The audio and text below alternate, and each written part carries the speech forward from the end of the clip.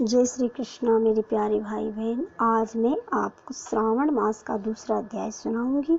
इस अध्याय के सुनने से समस्त पापों का नाश होता है, भगवान शिव प्रसन्न होते हैं और शिव परिवार की श्रावण मास में पूजा करने से उनकी अपार कृपा का फल हमें मिलता है। तो हमें श्रावण मास में स्नान दान करके श्रावण मास का महात्म्य अवश्य सुनना चाहिए। तो सुनिए दूसरे अध्याय का महात्म्य। भगवान शंकर सनत कुमार जी से बोले, हे ब्रह्मा पुत्र, आप नम्र है, आप श्रद्धालु है, आप समस्त बाहर गुणों से युक्त श्रोता है। आपके श्रावण मास के बारे में जो पूछा है तथा जो पूछने से रह गया है वह सब मैं तुम्हें विस्तार पूर्वक बताता हूँ। आपके पिता ब्रह्मा बहुत उद्दंड थे, इसलिए उन्हें अपना 5वां सिर गंवाना पड़ा। वे मत्सरता को छोड़ मेरी शरण में आए। मैं जो कुछ बताने जा रहा हूँ उसे एकाग्रचित होकर सुनो। श्रावण मास में नियमों का पालन कर व्रत रखकर सायंकाल को 4 बजे भोजन करना चाहिए। इस मास तक रुद्राभिषेक करना चाहिए। अपनी प्रिय किसी एक वस्तु को त्याग करें। पुष्प, फल, धान्य, तुलसी की मंजरी युक्त पत्ती और बेल पत्रों से मेरी लक्ष्य पूजा करें। कोटिलिंग पूजन करें। ब्राह्मणों को प्रेम पूर्वक भोजन कराए। नियम का पालन करें। मुझे पंचामृत से अभिषेक अति प्रिय है, अतः उसे भी करें। इस मास में किया जाने वाला कृत्य अनंत फल देने वाला है।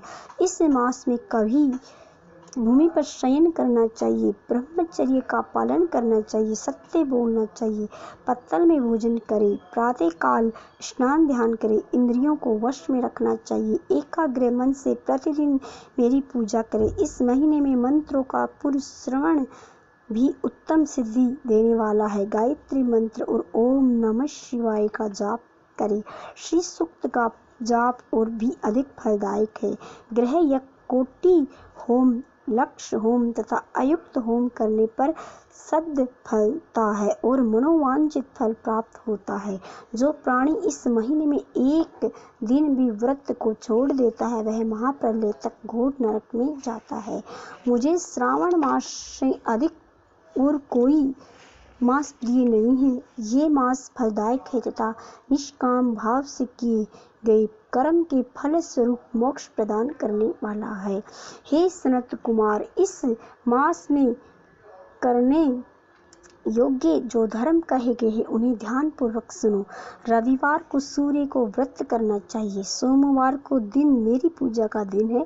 श्रावण मास के प्रथम सोमवार से प्रारंभ करके 3.5 मास तक अर्थात कार्तिक मास की अमावस्या तक होने वाला संपूर्ण कामना का अर्थ सिद्धि प्रदाता रोटक नामक व्रत कहलाता है। मंगलवार के दिन मंगला गौरी का व्रत रखा जाता है।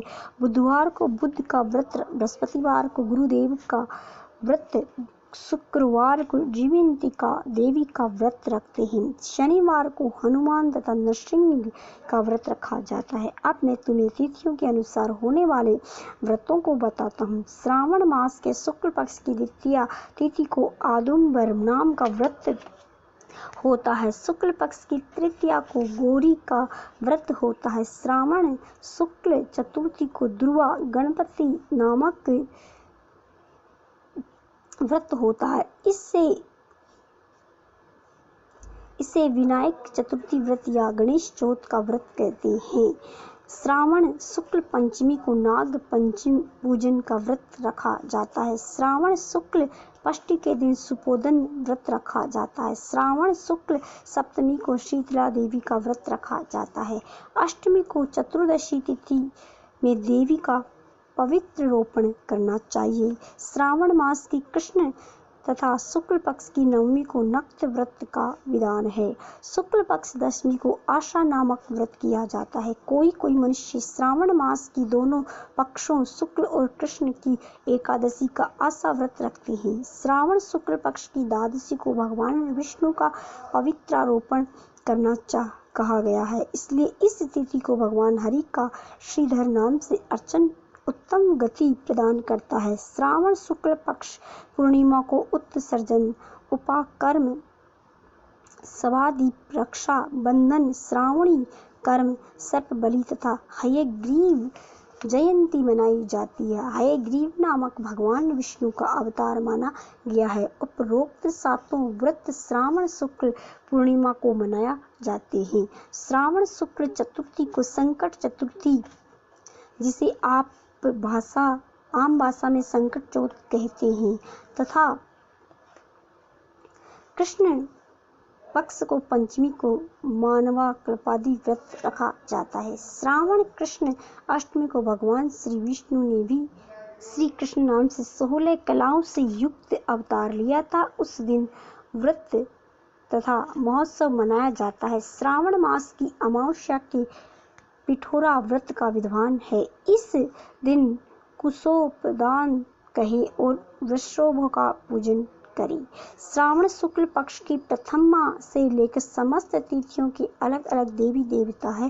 प्रतिपदा प्रथमा के अग्नि, द्वितीया के ब्रह्मा, तृतीया तिथि के गौरी, चतुर्थी तिथि के गणेश, पंचमी तिथि के नाग, षष्ठी तिथि के स्कंद, सप्तमी तिथि के सूर्य, अष्टमी तिथि के भगवान शिव, नवमी तिथि की दुर्गा, दशमी तिथि की यम, एकादशी तिथि के विश्वदेव स्वामी, द्वादशी तिथि के श्रीहरि, त्रयोदशी तिथि के कामदेव, चतुर्थी तिथि के शिव और पूर्णिमा के स्वामी चंद्रमा है। अमावस्या के स्वामी पितृ है। जिस देव की जो तिथि है उस तिथि को उसी देवता की पूजा अर्चना करनी चाहिए। इस श्रावण मास में प्राय अगस्त्य नक्षत्र का उदय होता है। सिंह राशि पर सूर्य के संक्रमण के दिन से 12 अंश 40 घड़ी बीत जाने पर अगस्त्य नक्षत्र ऋषि का उदय होता है। अगस्त्य ऋषि को 7 दिन पहले से ही अर्घ्य देना शुरू कर दे। 12 महीनों में सूर्य भगवान अलग अलग नाम से प्रज्वलित होते हैं। श्रावण मास में गर्भास्त्र नाम से प्रज्वलित होते हैं। इसलिए श्रावण मास में भक्ति पूर्वक सूर्य देव को पूजन करना चाहिए। श्रावण मास में शाक का त्याग करना चाहिए। भाद्रपद मास में दही, आश्विन मास में दूध और कार्तिक मास में दाल का त्याग करना चाहिए।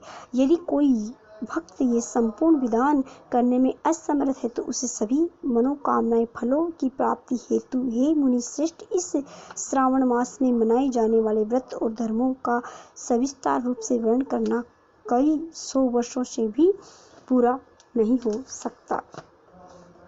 भक्तजन मेरे या श्री हरि की प्रीत्यर्थ संपूर्ण व्रत करे और मेरे और श्री हरि में कोई भेद नहीं है। मेरे भक्त श्री हरि को प्रिय हैं और श्री हरि के भक्त मुझे प्रिय हैं। जो प्राणी इससे भेदभाव की कल्पना करते हैं या करेंगे वे नरकगामी होते हैं। हे सनत कुमार, आप श्रावण मास में धर्म पालन करें।